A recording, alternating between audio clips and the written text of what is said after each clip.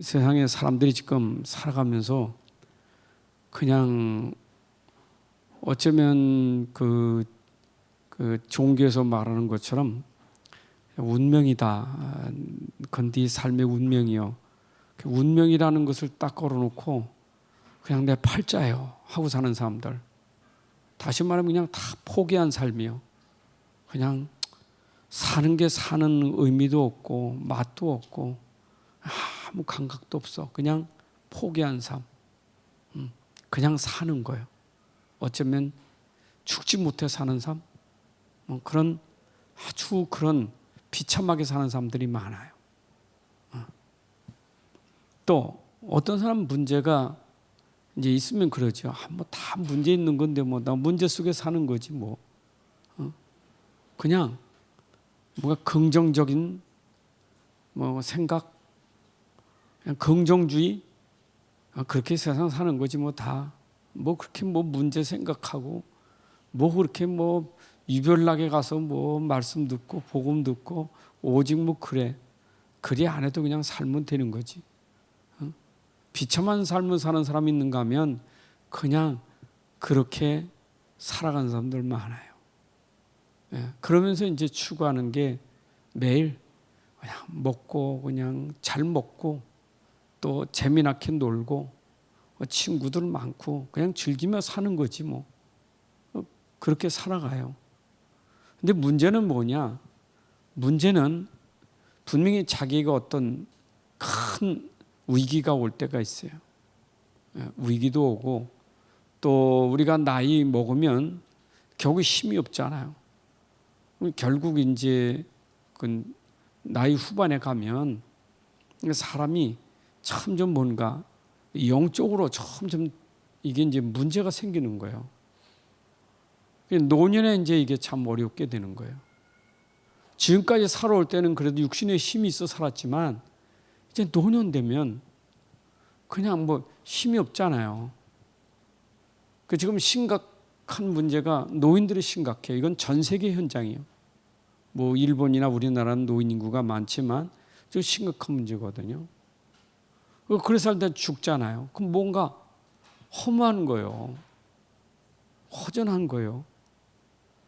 이게 우리가 지금 빨리 깨달아야 돼요. 여러분 그래서 베드로전서 4장 7절에 만물의 마지막에 가까웠으니 근신하여 정신 차리고 기도하라 그랬죠.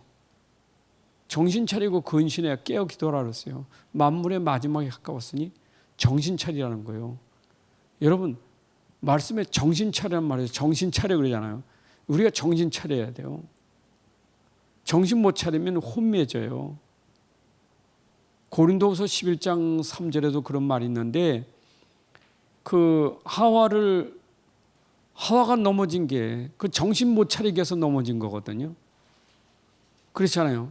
하와가 이 뱀이 미혹했다. 미혹형 혼미케 해가지고 그냥 넘어진 거예요. 혼미케다가 여러분 정신 못 차리고 혼미하면 이게 상태가 혼돈 상태 돼 버리면 이제 이건 늘 당하는 거예요. 그래서 정신 차리라는 거예요. 저 계시록 12장 9절에도 했죠. 온 세상을 꿰는 자가 이 사단 마귀라는 존재가 세상에 내려와서 온 세상을 꿰는다. 다 꿰요. 다 꿰가지고 어떻게 해요? 다 넘어지게 만드는 거예요. 여러분 진짜 정신 차려야 돼요. 그래서 그냥 문제 속에 포기하지 말고 뭐 어차피 뭐 문제인데 그러지 말고 우린 정상적인 삶을 찾아야 되잖아요. 문제가 많지만 세상은 문제가 많아요. 문제 많잖아요. 문제를 다 인식해. 그러나 정신 차려야지. 문제니까 그냥 다 그런 거지.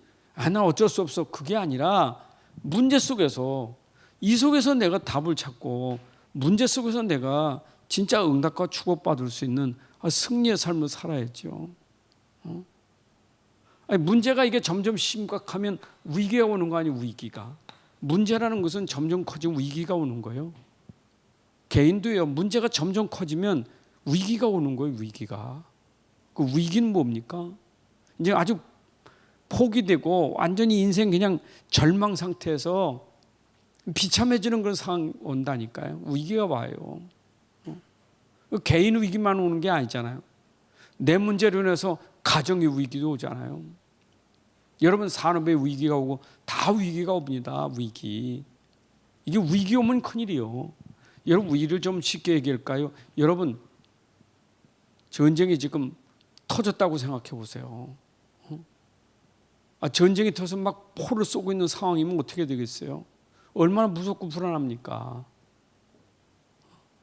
우리는 지금 평화로우니까 그걸 인식 못하지 영적으로는 지금 전쟁이에요. 지금 정신 못 차리면 안 돼요. 영적으로는 전쟁이에요. 너무 사람이 무지해서 모르고 그냥 위기라는 개념을 몰라. 아까 그랬잖아요. 그냥 세상 다 그런 거지 뭐 어쩔 수 없어 나는 그렇게 사는 거니까. 그게 아니에요. 지금 우리는 정신 차려야 돼요. 근데 문제는 뭐냐? 위기면 우리라도 위기 문제를 살려야 될 거 아니에요. 위기 만난 현장을 살려야 되잖아요. 위기 만난 가정 살려야 되고 위기 만난 시대를 살려야 하잖아요. 그래서 하나님 우리를 교회로 부르신 거예요. 교회. 여러분 교회는 뭡니까? 위기 맞는 현장을 살리는 게 교회예요. 위기 만난 사람이 교회에 들어오면 산단 말이에요. 세상의 모두 위기의 피난처가 어디냐? 교회예요. 교회는 방주예요. 여기가 인생의 문제를 해결받는 곳이고 위기 문제를 해결받는 곳이 어디냐? 교회예요. 교회는 이 땅의 문제를 해결받는 곳이 교회예요. 그런데 교회가 위기 생겼다고. 교회가 여러분 예를 들어봐요. 진짜 교회가 이런 교회 되면 안 되잖아요. 고린도 교회. 이 고린도 교회는요 이런 교회 되면 안 돼요. 교회가 고린도 교회는 교회가 위기를 맞이하는 거예요. 이게. 그러면 고린도 교회라는 말은 고린도 교회 현장을 모르잖아요. 현장을. 고린도 현장을 놓고 하나님이 고린도 교회를 세운 거예요. 교회는 현장을 알아야 된단 말이에요. 고린도 교회가 고린도 교회 그 고린도 현장을 알아야 돼요. 하나님은 이것 때문에 거기에 고린도 교회를 세웠다니까요. 근데 이 교회가 위기를 맞았다는 이 현장은 이거는요 비참해지는 거예요. 하나님이 현장을 살리려고 우리를 교회를 불러서 우리를 하여금 현장 살리게 하는 거잖아요. 여러분 그래서 우리 교회는요 어찌든지 여러분 현장에 살아나야 돼. 나의 교회를 통해서 내가 교회에서 은혜 받고 힘 얻고 응답 받고 그리고 무너지는 가정, 무너지는 산업 현장, 무너지는 렘넌트, 무너지는 지역을 살려야 되는 절대 사명이 있는 거예요. 근데 사단이 교회 가만두겠어요? 제일 싫어하는 거예요, 교회를. 그래서 교회를 싫어하고 교회를 핍박하는 거예요. 왜 초대교회가 그렇게 핍박을 받아봤습니까? 복음 전하는 교회가 핍박을 이렇게 받습니까? 전 세계 현장에 지금 교회가 핍박받고 있잖아요. 왜 핍박받습니까? 현장이 교회를 싫어한다니까. 이 어둠은 빛을 싫어하는 거예요, 지금. 우리 현장이 어둠의 현장이에요. 지금 위기라는 것은 어둠 때문에 지금 무너지고 있다고요.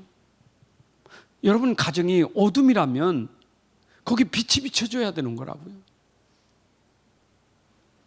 이 지역의 흑암과 어둠이 무너지려면 교회가 빛을 발해야 된다니까. 교회는 그 지역의 망대예요. 빛을 비추는 파수꾼이 있어야 되는 거예요. 그게 우리예요, 우리.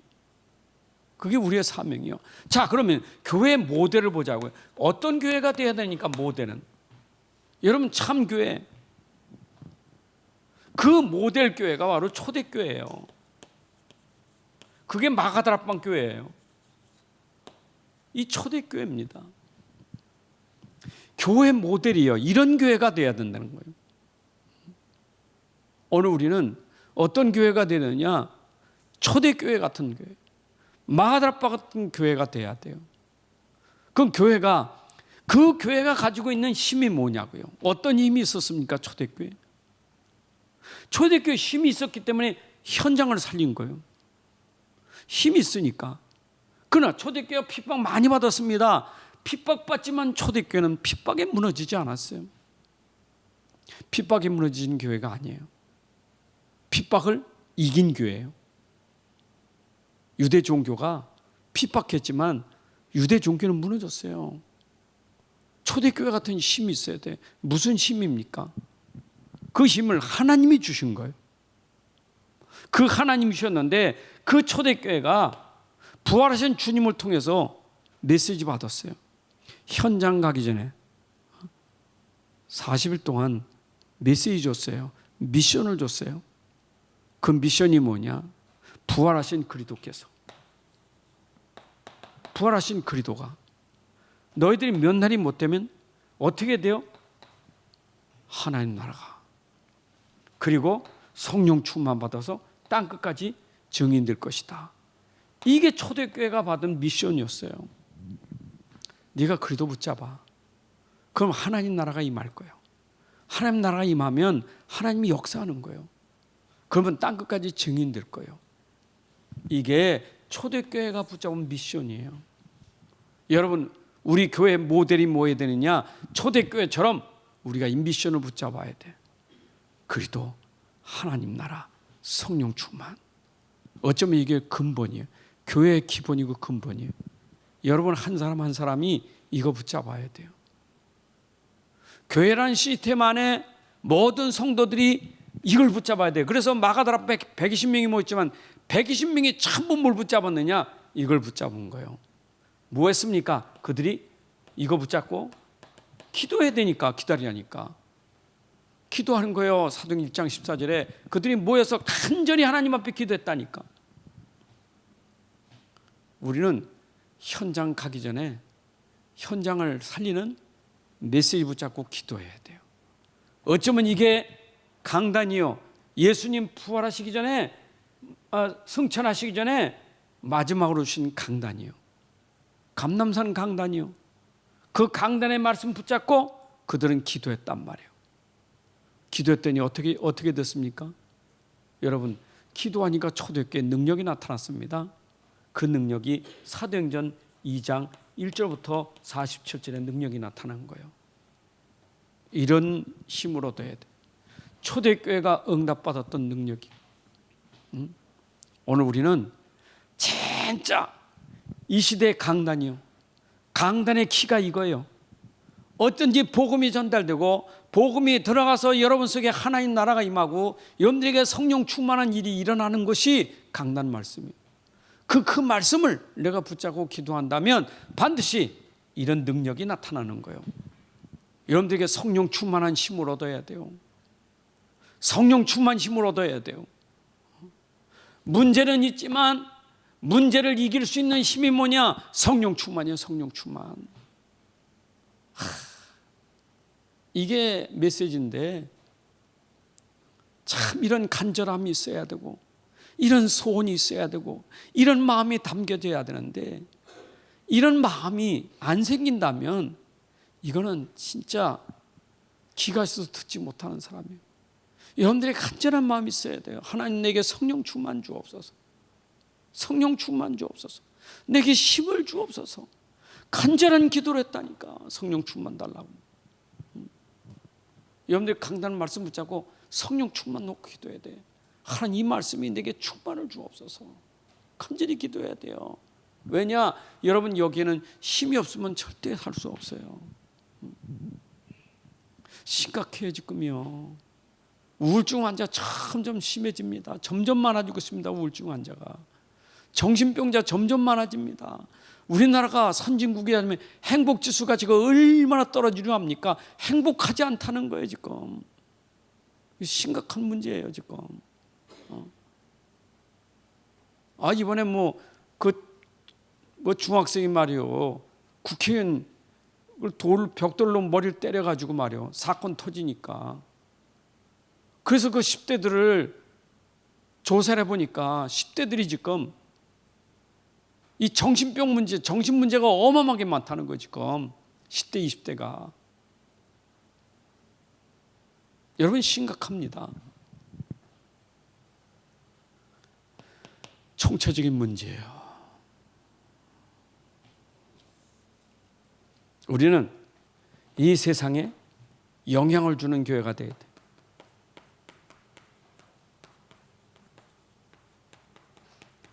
여러분 세상에 영향력을 끼쳐야 돼. 우리는 세상에 영향을 끼치는 사람이 돼야 돼. 그렇잖아요. 그 한 사람이 이번에도 문경에서 불났는데 그 소방수 27살, 34살 먹은 전부 총각인데 불 속에 뛰어들어갔어. 왜냐? 그들의 가슴은 불 속에 사람이 있으면 건져내야 되겠다는 사명 가지고 들어간 거예요. 그런 영향 끼치니까 얼마나 사람들이 뭐 대통령도 그렇고 모든 사람이 다 영향력에 감동되잖아요. 세상도 사람 살리려고 뛰어들어가서 자기 몸을 희생하는 영향이 있는데 하물며 복음 가진 우리가 이 세상 속에 들어가서 그런 영향을 끼치지 못한다면 의미가 없죠. 우리가 왜 삽니까? 사는 이유가 뭡니까? 우리의 사명이 뭘까요? 하나님 주신 천명은 뭐고 왜 나를 부른 소명은 뭐며 내가 해야 될 일이 뭡니까? 내가 해야 될 일이 뭐냐고요? 이 현장에서 똑같은 사람이 돼야 되겠습니다. 똑같이 우리가 그 현장에서 똑같이 문제에 빠져가지고 똑같이 시달리고 똑같이 병들어 있는 사람이 되면 안 돼요. 우리는 그 현장을 살리는 사람이 돼야 돼요. 그래서 강단 말씀처럼 여러분들이 현장에 소금이 되라, 빛이 되라, 이 얘기예요. 우리가 현장에 들어가면 소금의 역할을 해야 되고 빛의 역할을 해야 돼요. 세상에 필요한 것은 소금이요, 세상에 필요한 것은 빛이에요. 그 소금이 빛이 누구에 되느냐? 내가 소금이 되고 빛이 돼야 된다고요. 위기 만난 이 현장에 교회가 소금이 돼야 되고 교회가 빛이 돼야 된다고요. 세상에 말이에요. 교회가 소금 빛을 역할을 못하니까 밟힌다고요. 발로 밟아요. 녹지 않는 소금 발로 밟는다니까. 비난받고 교회가 조롱받고 비난받고 이렇게 부끄럽게 되는 교회, 왜? 영향을 주지 못하니까. 여러분 진짜 현장 가면, 우리 그리스도인들은 현장 가면 감동될 만큼 영향 주는 사람이 돼야 되는데, 저게 예수 믿는 사람이요? 저게 뭐 그리스도인이요? 저게 중직자요? 저게 목사요? 여러분 이게 밟히는 거예요. 소금 밟는 것처럼. 아무 영향을 주지 못하는 사람. 오늘 우리는 이 기도회를 통해서 오늘 저녁에 진짜 나는 강단 말씀처럼 현장에, 이 위기 맞는 현장에 이 문제를 해결할 주역이 되어야 되겠다. 오늘 내가 이 흑암 현장, 어둠이 흑암이 가득한 현장 속에 나는 여기에 빛이 되어야 되겠다. 나는 여기 소금이 되어야 된다. 여러분 흑암의 빛이 되어야 되고 소금이 되어야 돼요. 이거를 강단 말씀이지만 여러분들 이걸 놓치지 말아야 돼. 아니 아까 소방수가 사람 살리기 위해서 들어가 죽었더니 국가가 훈장을 주고 계급을 승진하고 평생 뭡니까 그 국립묘지에다 안장하고 그 대우해 주는데 국가가 기뻐서, 여러분 우리가 이 땅에서 이런 일 하면 하나님이 기뻐서, 하나님이 기뻐하셔서 하나님이 영광을 받으시는 거예요. 하나님이 기뻐하는 사람, 하나님이 영광을 받은 사람. 어떤 사람이냐? 세상에 영향을 끼치는 사람. 하나님이 이런 사람을 기뻐하시는 거예요. 그렇잖아요. 우리가 세상 속에 들어가서 이런 영향을 끼치는 사람이라면 하나님이 기뻐하시는 거예요. 정말 하나님이 기뻐하는 사람. 갈라디아 1장 10절에 바울이 그러기를 나는 사람을 기쁘게 하는 사람이 아니라 하나님을 기쁘게 하는 사람이다. 여러분, 하나님을 기쁘게 하는 사람이 돼야 돼요. 그것이 오늘 내가 이 역할을 할 때 하나님이 기뻐하는 사람이 되는 거예요. 그렇다면 현장에는 지금도 이런 걸 모르는 거예요. 영적인 사실을 몰라.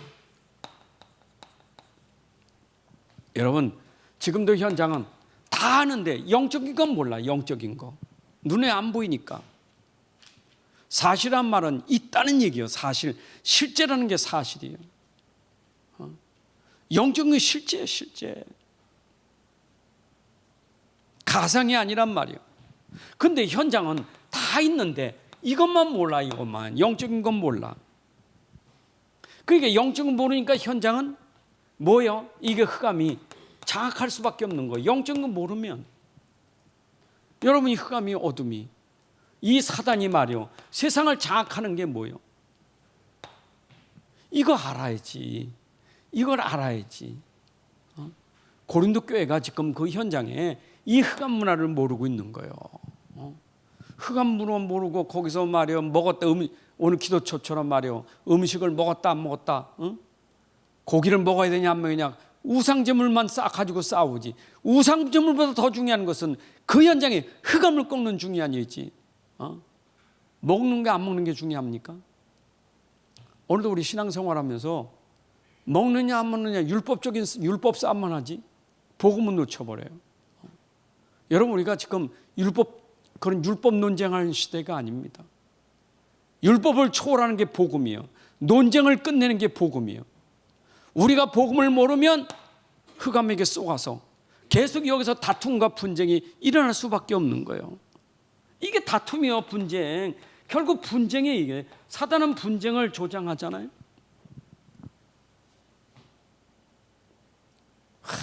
영적인 무지하면요, 싸우면서 자기 왜 싸우는지 몰라. 성질 내면서 성질을 몰라. 내가 지금 화내는데 화를 내는 걸 모른다니까. 막 그냥 난리나. 속으로 막 뒤집어져. 근데 자기가 그걸 몰라. 영적인 사실을 전혀 모르고 있는 거예요. 이것만큼 참 무지한 사람 없어요. 안 그래요? 우리가 빨리 깨달아야 돼요. 내가 이렇게 분내고 성질내고 싸우는 것이 그게 지금 속고 있는 걸 몰라요. 영적인 전혀 모르니까. 어떤 때는 말싸움이 이겨야 내가 승리인 줄 알아. 끝까지 말 붙잡고 말싸움하면서 이겨야 내가 그 승리인 줄 알아. 착각하는 거예요. 여러분, 말싸움이 승리하는 게 아니잖아요. 영적으로 무지하니까. 말이 능력 아니잖아요. 우리는 말이 능력이 아니에요. 변사가 능력이 아닙니다. 그러니까 맨날 말싸움이요. 부부도 말싸움하고 교회 와서도 말싸움하고 직장 가도 맨날 말싸움하는 거예요. 맨날 말만 싸움. 소금이 되지를 못해. 빛이 되지를 못해요. 세상은요, 잘 싸우는 사람이 이기는 자요. 잘 싸우는 사람이 정복하는 자요. 장군이 누굽니까? 잘 싸운 사람이 장군이지. 그게 세상의 기준이요. 우린 영적인 군사가 돼야 되는 거예요. 영적 싸움에 승리해야 되는데 영적 무지하니까. 여러분, 정신 차려야 돼요. 지금 내가 있는 현장에서 이런 문제 가지고 위기를 겪고 있는데, 지금 내가 있는 현장, 내가 있는 가정, 내가 있는 직장, 내가 있는 그곳에 지금 계속해서 내가 쏘아가지고 지금 당하고 있는 영적 사실을 모르고 있다면 이것만큼 무지한 게 없어요.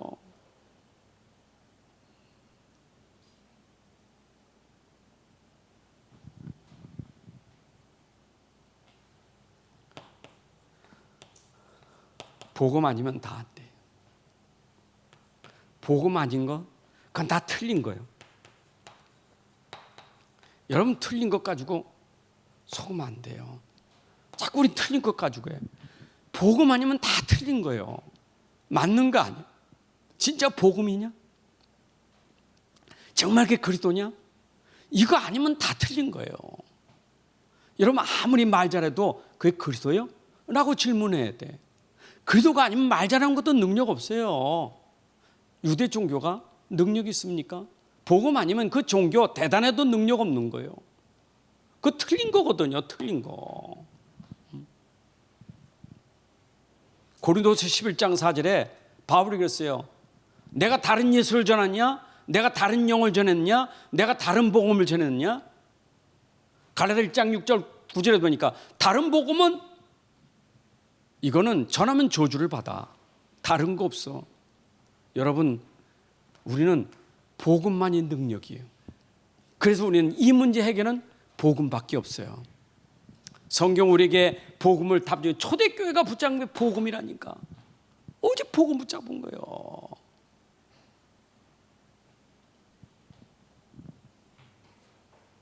그래서 이거 보세요. 초대교회가 그냥 복음이 아니에요. 오직 복음 붙잡았어요. 오직 복음 있잖아요. 그 오직 복음 붙잡는데 이 복음 붙잡고 현장을 어떻게 살렸나 보세요. 베드로가 진짜 깨달은 거예요. 이제는 주는 그리스도시요 살아계신 하나님의 아들 고백했는데 당신은 그리스도시고 하나님의 아들 고백했는데 그 다음에 변호사는 꼭대기 올라서 오직이 안 된 거예요. 오직을 설명했다니까. 엘리야도 모세도 아니고 오직 예수라 이 말. 그 예수가 어디에서 마가다라 앞에서 오직 예수를 깨달은 거예요. 이거 체험하고. 이래가지고 그가 한 일이 뭡니까? 사도행전 3장 6절에 보니까 오직 복음 가지고 그 현장을 살렸다니까. 40년 된 불치병자 살리는 길은 오직 예수밖에 없던 거예요. 내게 있는 건 내게 주느니 나사렛 예수 이름으로 일어나 걸으라. 그 복음을 전달했는데 그 복음이 40년 된 불치병을 치유하게 되었어요. 살리는 길은 오직 복음밖에 없어요. 여러분 복음에 대한 나도 살고 살리는 거예요. 이게 다 끝나는 거예요. 복음이 안 되니까 이게 썩는 거지. 그렇잖아요. 사단이 왜 공격합니까? 복음하니까 공격하지. 복음으로 이게 꺾어져야 돼요. 이게 아니니까 틀린 거니까 사단은 좋아하는 거예요. 틀린 것 가지고 맨날 싸우는 거예요. 근데 오직 복음은 사단이 무너지고 틀린 게 아니기 때문에 반드시 이런 응답이 올 수밖에 없는 거예요. 자 보세요. 사마리아 성에 들어가서 오직 복음, 빌립이 복음 전하니 동네가 확 바뀌어졌어요. 다른 거 안 했어요.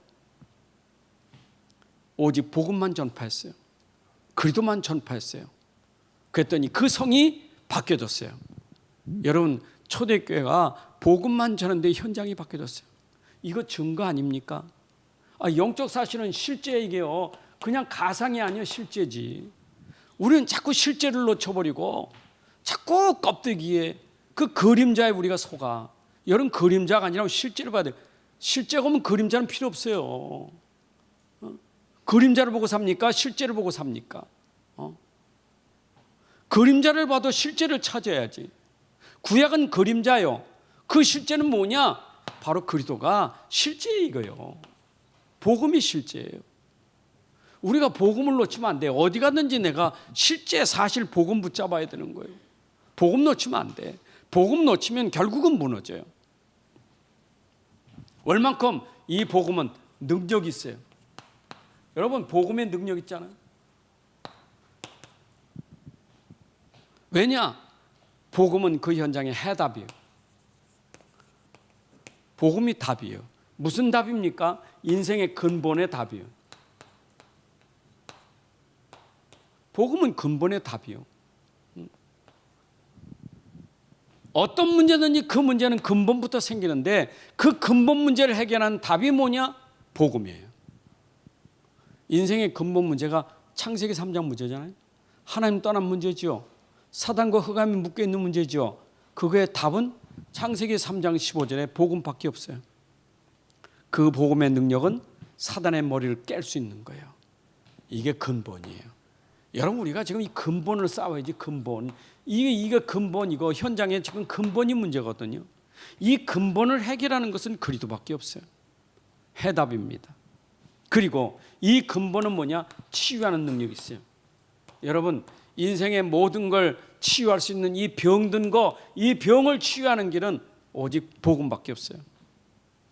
그래서 예수님이 마태복음 4장 23절부터 25절에 보니까 예수님 오셔서 와서 치유하셨잖아요. 또 그는 마태복음 9장 35절에 보니까 모든 병자들을 예수님이 치유하셨어요. 이 말은 뭐냐? 예수님의 공생의 사역이 치유 사역이었어요.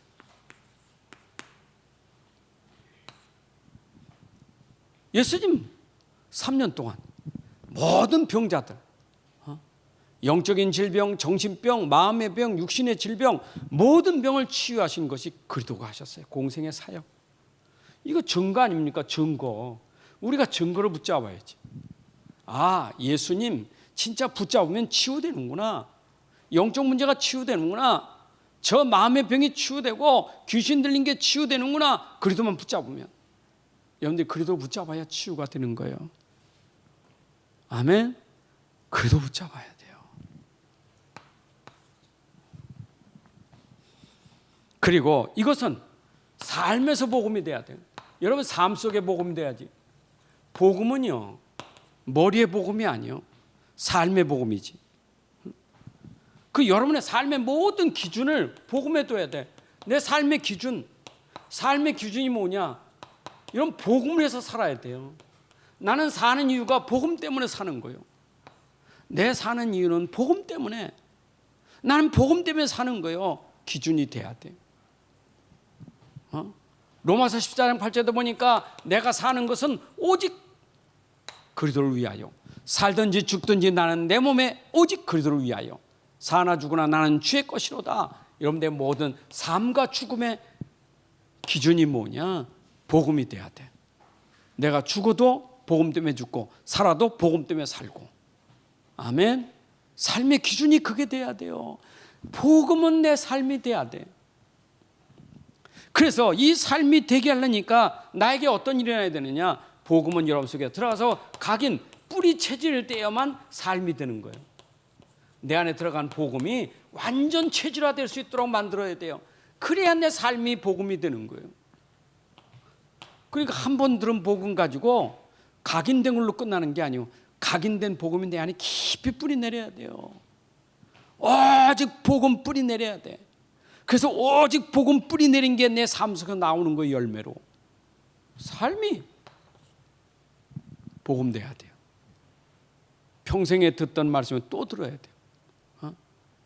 여러분, 지금 우리가 777 3집중 얘기하는데 이거는 기도 아니에요? 근데 이 흐름 속에서 놓치면 안 돼. 이걸 가지고 하는 게 777이지. 삶의 복음이 되라고 기도하는 것이지. 안 그래요? 이 메시지만 가지고 있으면 안 돼. 이 메시지가 나에게 실제 되어지는 게 이게 돼야 되는 거예요. 777은 내 삶의 복음되라고 777 하는 거지. 안 그래요? 아, 성삼위 하나님이 보좌의 능력이 내 삶 속에 들어와야 그게 복음이지. 안 그래요? 우리가 메시지 하는 것도 중요하지만 그 메시지가 내 삶 속에 진짜 삶이 돼야 된다니까. 삶이 되라고 메시지 준 거예요. 믿으시기 바랍니다. 자, 그래서 여러분은 한 사람이 얼마나 중요한가를 아셔야 돼요. 한 사람. 복음 가진 그 한 사람, 그 한 사람의 삶이 그 현장에서 어떻게, 나 한 사람의 삶은 엄청난 영향을 주는 거예요. 나 한 사람의 삶. 여러분 가정에도 똑같은 사람이 다른 사람, 다른 삶이 돼야 돼. 다른 사람, 다른 삶이 돼야 돼. 다른 삶입니다. 똑같은 삶이에요. 다른 삶이. 복음은 다른 삶이든 거 다른 사람, 똑같은 삶이 아니에요. 현장에 복음 가진 사람 다른 삶이에요. 어떤 삶이요? 죽이는 사람 있는가 하면 살리는 사람이 있어야 돼. 우리 현장엔 죽이는 사람 있잖아요. 말로 죽이고 글로 죽이고 큰 폭행으로 죽이고 죽이는 사람이 있는데 우린 다른 사람이요. 살리는 사람이지. 죽이는 사람 아니요. 살리는 사람이지. 우리 현장을 모르면 안 돼요. 왜 현장이 위기냐? 이런 문제가 뭐예요? 전부 죽이는 거 아닙니까? 우린 현장에 다른 사람이요. 어떻게 살려야 돼? 어떻게 살려야 돼?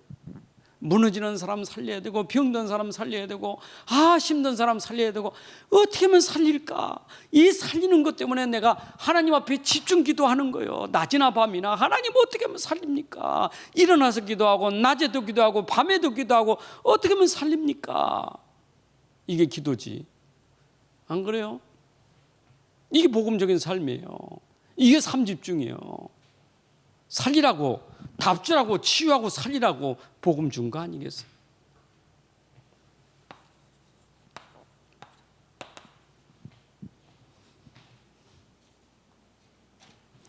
현장 모르면 안 돼요. 현장 속에 나예요. 여러분, 현장 속에 나입니다. 나와 현장은 분리된 게 아니에요. 현장 속에 내가 있는 거예요. 내가 있는 현장이요. 현장과 나를 놓치면 안 돼요. 우리는 현장 속에 사는 거예요. 난 왜 현장에 있어야 돼? 그 현장에 나예요. 그 자리에 있어야 될 사람이요. 그곳에 하나님이 있게 할 사람이요. 그 현장 속에 나. 이것이 하나님의 계획이에요. 여러분 속에, 여러분 현장에 나, 하나님의 계획이 있는 거예요. 현장을 탈출하지 마세요. 현장을 포기하지 마세요. 그 현장에 나는 있어야 될 사람이라니까. 왜 포기해요? 왜 떠나야 돼요? 왜 내가 거기에 싫습니까? 그 현장은 하나님이 나 거기에 보낸 선교사예요. 여러분들은 현장 선교사예요. 하나님이 보내셨다고요. 왜 보냈어요? 살리라고 보낸 거예요. 선교사의 역할을 해야 돼요. 무슨 선교사예요? 문화 선교사예요. 선교사는 문화 선교사예요. 여러분, 현장이 문화 때문에 힘들잖아요. 문화가 달라서. 문화가 달라서 힘들잖아요. 부부도 문화가 달라서 힘든 거 아니겠어요? 자라 문화, 성장 문화, 배경 문화, 문화가 다 다르잖아요. 그 문화 속에 난 선교사예요. 선교사. 그 문화를 이해하고, 그 문화를 치유하고, 그 문화에 복음으로 답주는 사람, 선교사예요. 선교사. 이거 모르면 선교사가 아니라 맨날 그 현장에서 불평해. 여러분, 선교사가 선교 현장에서 불평하면 그거 선교사 아니에요. 이 나라 사람들 왜 그런지 모르겠어. 이 사람들 참 이해가 안 돼. 그 무슨 선교사입니까? 진짜 선교사는 그 나라가 그 사람들이 그렇게 살 수밖에 없는 배경을 이해해야 내가 그 현장의 선교사가 되는 거지. 안 그래요? 이 동네는 무당이 많아서, 이 동네는 뭐가 많아서, 그 선교사 아니에요. 무당 있는 현장에 날 보냈으면 무당 문화를 내가 이해하고 살려야 되지. 그게 선교사지요. 우리가 선교사를 모르면 안 돼. 진짜요. 깨닫기를 바랍니다. 그리고 중요한 것은 그 현장에 중요한 것은 나의 역할을 놓치면 안 돼. 나의 역할. 여러분들의 역할이 뭐예요? 아까 다시 얘기해. 소금이요, 빛이요, 향기요. 이게 오늘 나의 역할이에요. 현장 가서 여러분들이 나의 역할, 어쨌든 소금 역할하고 맛을 내게 만들어요. 현장에 사람들이 맛을 나게 만들어야 돼. 맛깔나게 만들어야 돼요. 그리고 그 사람들이 어둠 속에 빛을 보게 만들어줘야 돼요. 그리고 향기를 맡게 만들어줘야 돼요. 그게 나의 역할이요. 내가 그거 해야 돼. 아멘. 오늘 이 말씀 붙잡고 기도하면서, 우리 성도들 한 사람 기도하면서 생각해보면, 우리가 지금 정신 차려야지. 참 저 예배가 멀어지고, 기도가 멀어지고, 강단이 멀어지고, 큰일 납니다. 큰일 나요. 그래서 내가 새벽 기도도 보면요, 어떤 때는 앞으로 가면 진짜 노인만 남게 생겼구나. 노인만 남게 생겼어 진짜. 1세대만 안 좋지. 젊은 사람은 우리 주목밖에 없잖아요. 다 1세대만, 머리 허연 사람. 이제 뭐 70대 가까이 됐는데 조금만 가봐야 다 가면 누가 나와 이제. 그럼 이제 뭐 노인들만 있다 가는 게 그게 지금 옛날 교회 아니겠어요? 이제 앞으로 새벽기도 이제 없어져요. 지금 새벽기도 안 한 교회들 많습니다.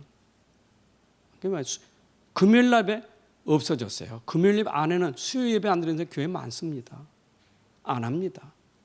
여러분, 교회가 점점 예배 없어져요. 그럴 때 막 주일날도 어떻습니까? 주일날도 오전 예배 한 번, 일주일에 한 번 예배되면 끝이에요. 여러분 진짜 우리 예배 회복돼야 돼요. 정신 차려야 돼요. 정신 차립시다. 참 우리가 정신 차려야 돼요. 마음이 진짜 마음이 아프고 뜨거워서 오늘 약간 소리 좀 질렀어. 여러분들이 진짜 그 마음이 베드로전서 4장 7절 말씀이 생각나서 만물의 마지막에 가까웠으니 정신 차리고 근신하여 기도하라. 그러게 만물이 마지막 가까웠는데 정신 차려야지. 깨어서 기도해야 되지. 하나님 정말 나라도 정신 차리고 기도하게 하여 주옵소서. 여러분들 진짜 나라도 정신 차리고 기도합시다. 집에서 기도하세요. 집에서 정신 차리고 기도하세요. 집에서 정신 차리고 기도해야 돼. 혼미하면 안 돼요. 말씀하지 말고 기도하세요. 그 분쟁하지 말고 기도하세요. 하나님 아버지 감사합니다. 오늘도 우리가 주신 말씀이 우리 현장에서 성취될 말씀으로 응답의 말씀으로 역사하여 주옵소서. 마지막 때 사단이 발악하여 온 세상을 꿰고 넘어지게 만들고 다 실패하는 위기 속에 있는데 우리가 정신 차리고 기도해서 말씀으로 흑암 연장선이는 빛이 되게 하시고 소금이 되게 하시고 향기가 되게 하여 주옵소서. 예수 그리스도의 이름으로 기도합나이다. 아멘. 주 예수 그리스도의 은혜와 아버지 하나님의 크신 사랑과 성령의 인도 역사 충만하심이 오늘 함께 예배하는 주의 자녀들 머리 위 가정과 산업과 후대 속에 이제부터 영원까지 함께할지어다. 아멘.